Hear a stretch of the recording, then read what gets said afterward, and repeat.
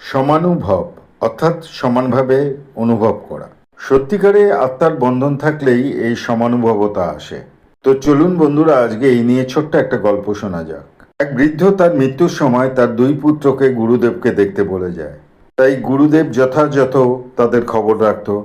একদিন গুরুদেবের কাছে খবর গেল দুই ভাইয়ের মধ্যে ঝগড়া হয়েছে এবং তারা মাঝখান দিয়ে দেয়াল তুলে দুজন ভাগাভাগি হয়ে গেছে, সে চাষের জমিই হোক আর বাড়ি। তখন গুরুদেব তাকে বলল, একটা ঘটনা শোনো, তাহলেই সব বুঝতে পারবে। শ্রীরামচন্দ্রের 14 বছর বনবাসে সীতা আর লক্ষ্মণকে নিয়ে বেরিয়ে পড়েছে। তখন ভরত বাড়িতে ছিল না।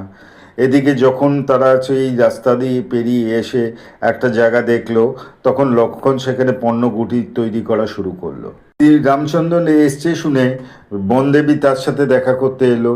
বনদেবী তখন তাকে বলল যে, আপনি বলুন প্রভু, কি কি কাজ করতে হবে আপনার জন্য, আমি করে দিচ্ছি। তখন বলল যে, না, আমাদের এখানে অনেক দিনই থাকতে হবে, এখানে যা ফলমূল আছে সব কিছু দিয়ে আমার চলে যাবে।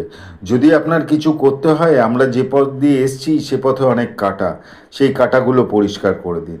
তখন বনদেবী বলল, আপনি তো কষ্ট করে চলেই এসছেন, আর এখন আর পরিষ্কার করার দরকার কি আছে? তখন শ্রী রামচন্দ্র বলল, আমি নয়, আমি তো চলে এসেছি, আমার ভাই ভরত আমাকে খুঁজতে আসবেই, আর খুঁজতে এসে ওই কাটা পথ দিয়ে আস্তে আস্তে তার পায়ে কাটা ঢুকবে, সে অনেক কষ্ট পাবে, তাই বলছিলাম। তখন বনদেবী বলল, উনি কেমন শক্তিশালী মানুষ যে একটু কাটার খোঁচা সহ্য করতে পারবে না? তখন রামচন্দ্র বলল যে, না, উনি অনেক শক্তিশালী, কিন্তু আমার কষ্ট হবে যখন শুনবো যে আমার ভাইয়ের পায়ে কাটা ঢুকেছে। গুরুদেব ছোট ভাইকে বলল, তুমি দাদার কাছে গিয়ে ক্ষমা চেয়ে মিলমিশ করে নাও। আর বড় ভাইয়ের কাছে চলে গেলেন এবং বড় ভাইকে বলল, তুমিও ছোট ভাইকে ক্ষমা করে নিজের মতো করে মেনে নাও, তাহলেই দেখবে সব ভালো হবে। গল্পটা কেমন লাগলো জানাবেন।